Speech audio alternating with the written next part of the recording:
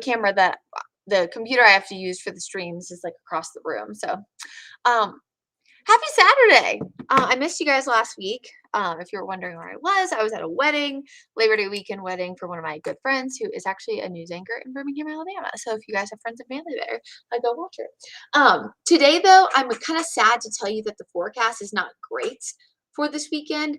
Today's definitely going to be a stormier day than tomorrow, which you can probably guess already by looking at the storm activity right now.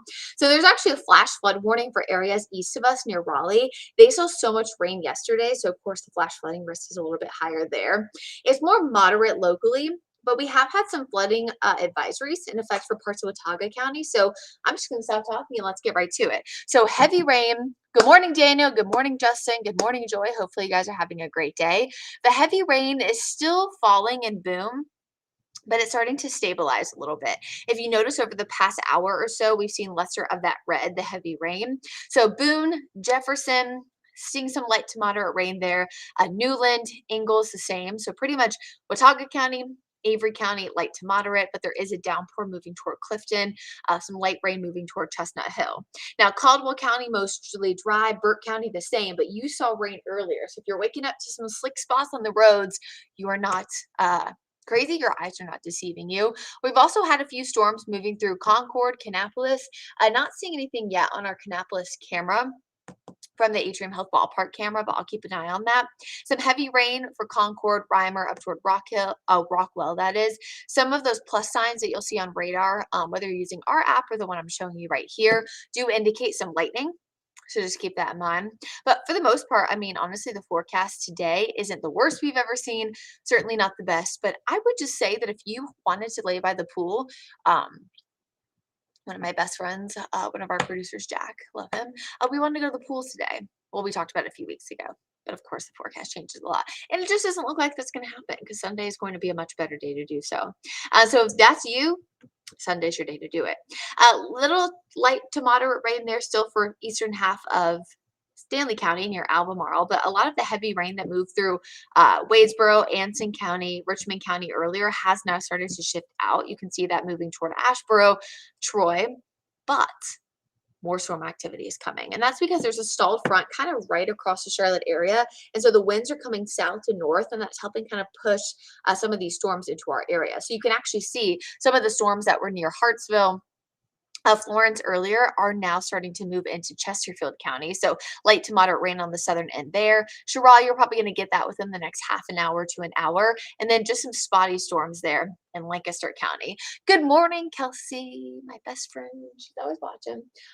So the reason why we're kind of seeing all this activity this morning, and really a lot of the Carolinas are, is because of this stalled front. What happens is, where exactly the front is determines how much storm activity we're going to have. So right now it's kind of, you guys can't of course see it, but it's kind of situated right over Charlotte, which is why we are kind of going to continue to see the showers and storms. Tomorrow it moves a little bit further south, so that should lessen our overall coverage.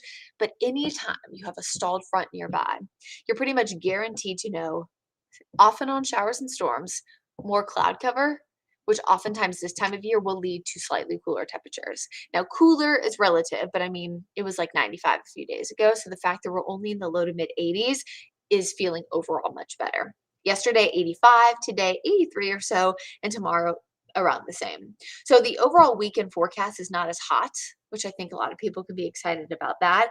It's just the fact that it's not necessarily going to be an ideal pool outside weekend. You'll want to probably take some of those breaks and head inside. And a great way, if you're out and about, you want to track the radar, always great tool to have, the WCT Charlotte mobile app. It really does come in clutch though, because I was at South Park after 5, looking at the forecast the other day to MC. And there was some light to moderate rain pretty much in like Pineville, South Charlotte, moving towards South Park. And it started to fizzle out. So I told people to go get their umbrellas just in case, because I did think there would be some light to moderate rain. But the storms kind of stayed on either side. Well, what happened about an hour and a half later is more rain, more storms started to move through. So it just helps you stay prepared, right? And stay weather aware. Now, as we're talking about storms, oftentimes I'm telling you, severe storms, gusty winds, hail. That's certainly possible. We could see some gusty winds in excess of 60 miles per hour, and we could see some quarter-sized hail, which is about that big, about an inch. But today's biggest risk is actually flooding. And that's because we've seen rain a few days this week. The ground's already a little bit saturated. And then on top of that, we have this front nearby that's keeping the air warm and moist. And when the air is warm, it can hold more moisture. And that's what we talk about sometimes when we talk about like climate change and things like that, which that's more of like a long-term impact. Obviously, weather is different. But just in general, warm air can hold more moisture. So the warmer you are, the heavier rain you can have. So the bigger rainfall events. So let's say a storm that maybe 10 years ago would have only been 1 to 2 inches, it can be 2 to 3. But the general trend, though, with that warm air means a better chance for downpours. And it's downpour activity that can lead to that quick pileup of heavy rain. And so, because of that, and because of the fact that we have that saturated ground, we have elevated areas like the foothills and the mountains, we are going to see that risk of some localized flooding today.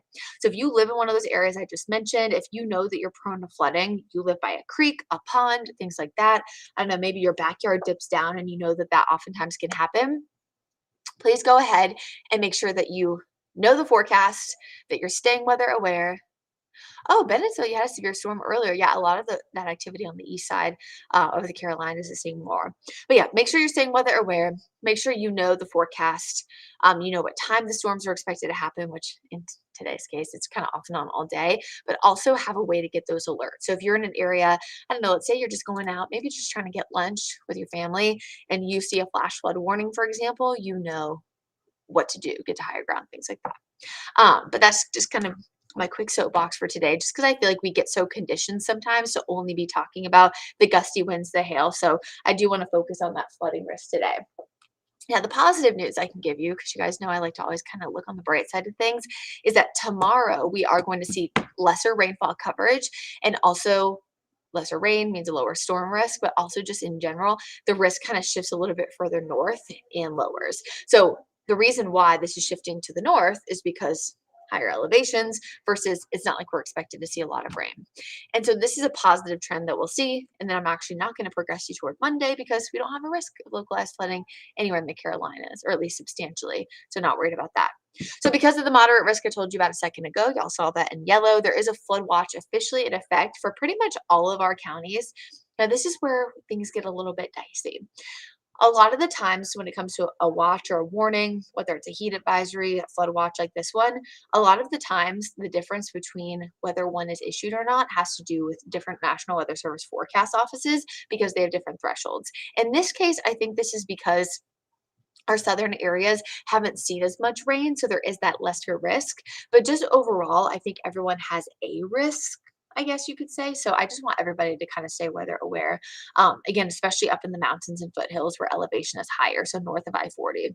But you can see that official flood watch in effect for Union County, Mecklenburg County, Gaston, Lincoln, Catawba, Cleveland, Burke, Caldwell, both mountains, and greater Watauga, Ashe, Iredell, Alexander, Rowan, Cabarrus. And that's it. So yeah, it's constantly impressed that I can remember all those 22 counties. But just because my memory can be a little bit funky sometimes. So when a flood watch is issued in this particular case, it's because we're expecting a maximum total, so isolated highest totals of about 2 to 5 inches of rain. That does not mean everyone's going to see it. In fact, you can look at the forecast, kind of a range of the next 3 days. 1 to 2 is kind of the maximum. But it's easy to forecast rainfall when it's kind of a consistent rain that's coming all day, or I wouldn't say easy, but easier, versus these pop-up showers and storms. They can literally accumulate 2 to 3 inches, sometimes per hour in an instant, let's say in Mint Hill, but then Matthews will see nothing. So it's kind of hard to forecast exactly where the heaviest bands will set up. But I just want everybody to know in general, probably 1 to 2 at a maximum, and 2 is probably pushing it. And so I apologize for those of you who want rain, but if you have one of those downpours that pops up right over you, you could accumulate as high as 4, if not even 5. And that's why the flood watch is in effect. So hopefully all of that makes sense. Good morning, Aiden. Good morning, Christopher. Good morning, Belvin. Hopefully you're having a great day. Okay, so future casts, let's kind of go throughout the day. Again, this is kind of just showing the off and on shower and storm potential a little bit higher today versus what we're going to see on Sunday. What is interesting is we did have some storms overnight or I guess really this morning, around the time I was going to work at about 3 a.m. And tomorrow, I do think a few of those storms will be possible. So if you're an early riser like myself, you get up at 3 and you're at work by 4, you could see some of these. Or if you really, really, really love to stay up late, you could see some of those too. But the overall risk in general of storms tomorrow is much less. It doesn't mean we're not going to see rain and storms, but the coverage overall will be less widespread. So again, if you had to pick one day to get outside this weekend, I would pick tomorrow. That doesn't mean there won't be a few clouds around. That doesn't mean we won't see some storms. It's just that today has a much higher risk of those storms compared to tomorrow. And you can kind of see how that's a little bit clearer as we go with Futurecast. I will tell you that every single model today has been CRAV in terms of picking up the rate. So this trend, thankfully, of higher rain chances Saturday versus Sunday has been consistent. So I'm positive about that. I'm just not as positive in terms of the higher coverage for areas in the mountains, for example, because some of the models this morning weren't showing anything for southern communities, but then you just saw that Chesterfield is about to get doused with rain. So the models just have not been doing good. But again, in terms of overall coverage, Saturday is going to be highest weekend forecast, regardless, low to mid 80s, some strong to severe storms today. That's that gusty wind, the lightning, and especially the flood risk. Okay, let's talk Hurricane Lee. I'm sure all of you loyal WCNC Charlotte weather watchers, you've been with Brad, you've been with Larry, you've been with Chris, you've been with KJ and I with these storms. I have a lot of tropical experience, thankfully, because I have worked in other tropical markets. But Lee has been an interesting storm so far for a multitude of reasons. First of all, it's the strongest storm of this season so far, but it's really tapped into a lot of the warm, moist air out in the Atlantic Ocean because there haven't been a lot of other storms, and it almost doubly rapidly intensified. So rapid intensification is classified as 35 miles per hour in a 24-hour period, and this one was like closer to like 80 in a 24-hour period, which is very intense. The storm peaked at a category 5 intensity a few days ago, is now a category 3. Now, what's interesting is you look at the satellite imagery, and hopefully you guys are all, weather nerds like me, find this interesting, but the storm has started to kind of get ripped apart by wind shear. Wind shear in a tornado situation when we're forecasting severe weather is good because you need kind of those updrafts and that wind change. But with a hurricane, it's kind of sitting flat like this, as it moves, and it kind of rips storms apart. So it disrupts their center of circulation. And you can kind of see that on satellite, how just a few days ago, Lee looked so much better and like more compact, whereas now it kind of looks a little bit what we call sheared because of the wind shear. What's I guess positive for Lee as a storm is that if you look at the little bright shaded areas of pink in the center, not near the eye, that's convection, that's storms. So the fact that that's still happening means the storm is still very robust. It's just not as strong as it was a few days ago.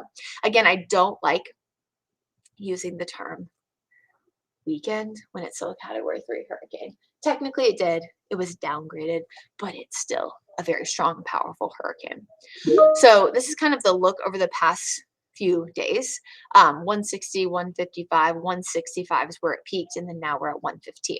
So again, this is a category 3 hurricane. It is still classified as a major hurricane on the Saffir-Simpson wind scale, which I do want to remind folks that when we talk about hurricanes and tropical storms, that scale is solely based on wind. So if there's ever been a situation where you've looked at a hurricane, you said, oh my goodness, this one was a category 5, but the storm surge in this one was so much higher. It is only based on wind. And the classification of that wind, it's not based on storm surge, rainfall, things like that. So you could have a slow moving tropical storm, like what happened with Harvey. It made landfall as a hurricane, but then weekend became a tropical storm, and it doused Houston with all that rain. So latest update was at 5 o'clock. Because there's no tropical storm, hurricane watches and warnings in effect yet, they're not going to start to do those 3-hour updates. So we're still getting tracks every 6. So 5 a.m., category 3, 115 miles per hour. I know the hurricane hunters are going to be flying kind of in and out over the next few days to kind of track Lee. But again, the change in intensity has a lot to do with wind shear and some water temperature changes. But also another big thing too is that fluctuations in intensity is very, very normal, especially with any like small changes as it moves. Do apologize for the noise. I have to keep my notifications on so I could hear our digital person if she's trying to talk to us. So you're going to hear that ding ding. If they're talking on Teams. Okay, so Hurricane Lee's forecast track out 5 days. You can see the category 3 is expected to move north-northwest, and then now we can kind of finally see that turn to the north in that 5-day cone. The thing about the cone is that the center of circulation is where the cone is forecasting for. So if a storm is hundreds of miles large, you're going to feel impacts very far from the center. So when you see like the western half, just a few hundred miles from Turks and Caicos, for example, the storm itself is still going to have impacts there, things like swells of that nature. And the center really only falls in this cone about 2/3 of the time.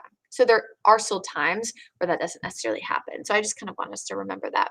The second thing I want us to remember is that past about the cone's forecast, one of the reasons why we don't go out past 5 days is because the forecast confidence is much lower.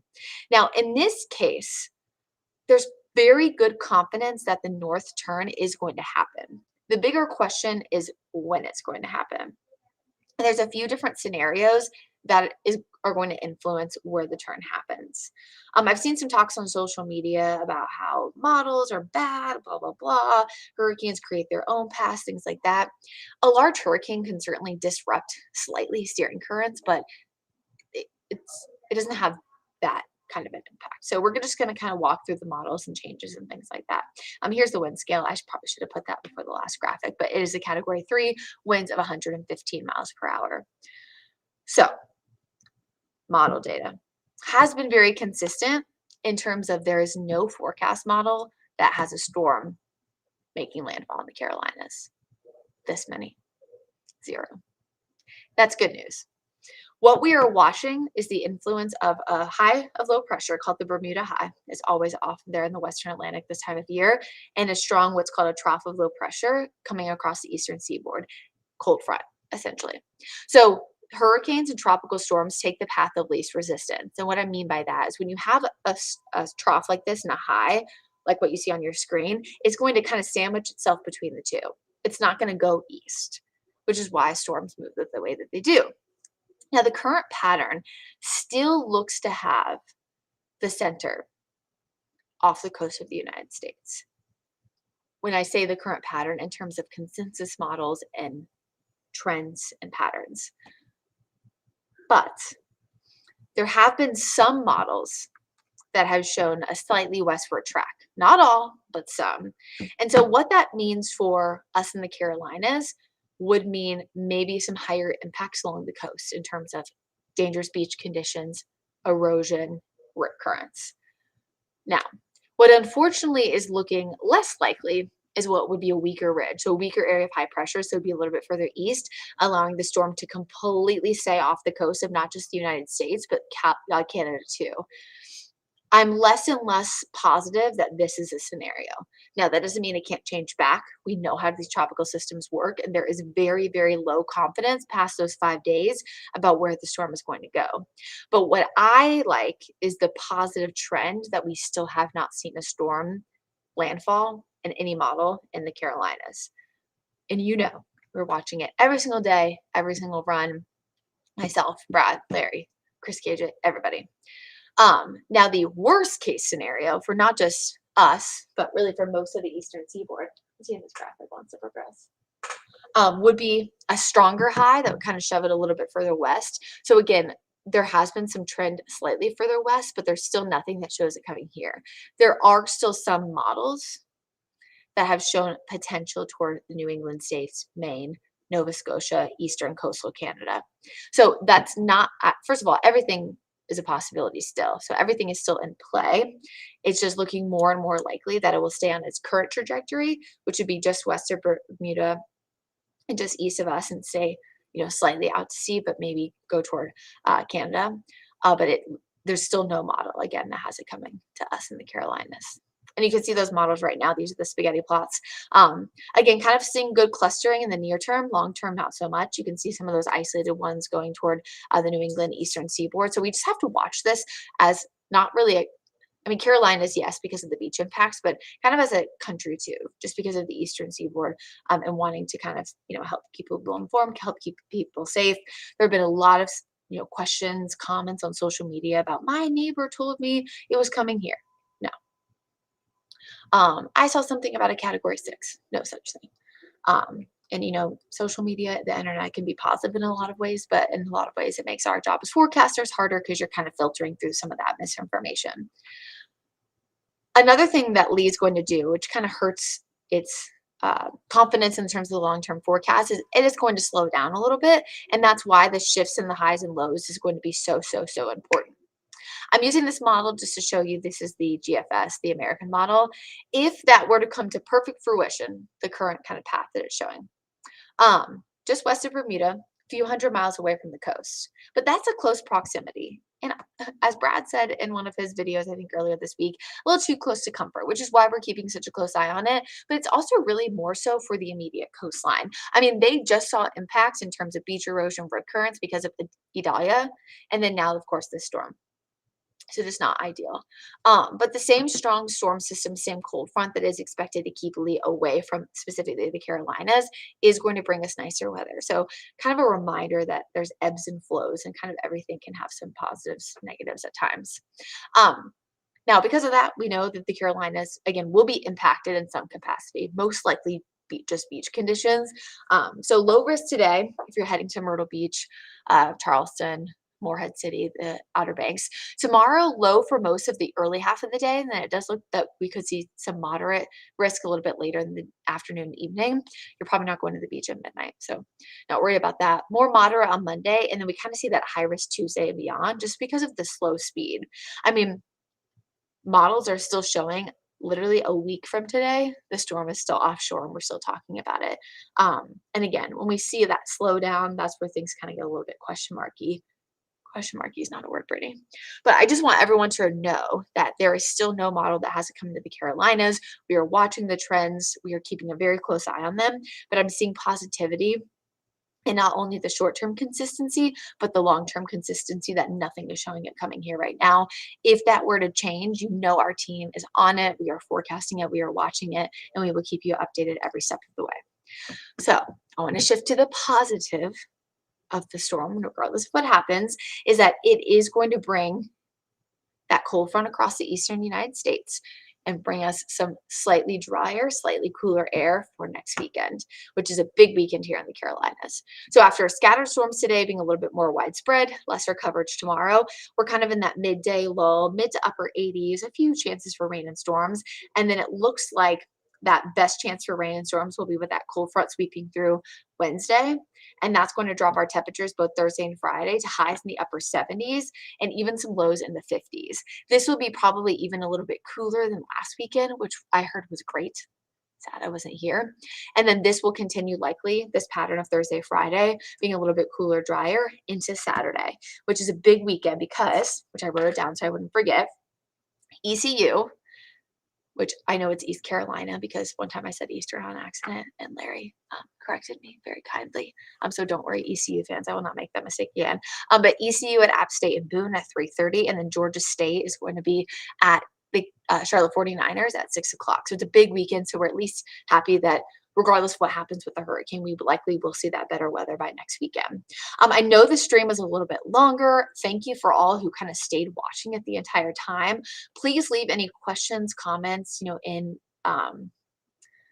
just related to the weather, in the comment section. Send me an email, send me a message on Twitter, Instagram, email, whatever, and let me know your questions, and I will try to answer those maybe in our stream tomorrow. I just want everyone to kind of have peace of mind that we are still watching it, and so anytime during hurricane season, I would tell people to have their hurricane kits ready and things like that because I think it's important. I mean, I know where all my important documents are, things like that, even though I would obviously still be here, just in case I had to bring them to the station or something like that. But also, by the same token, it's not something to panic about. It's something that, the people you trust, your meteorologists, are watching extremely closely, and we will continue to do so for the next week and a half, 2 weeks, however long it takes. Again, thank you so much for being here. Please let me know if you have any questions, comments that I can answer, help alleviate maybe some of your concern. And I'll see you tomorrow morning on Wake Up Charlotte Weekend starting at 6 a.m. If you're a college football fan, I hope all of your teams win today and have a great rest of your Saturday, everyone.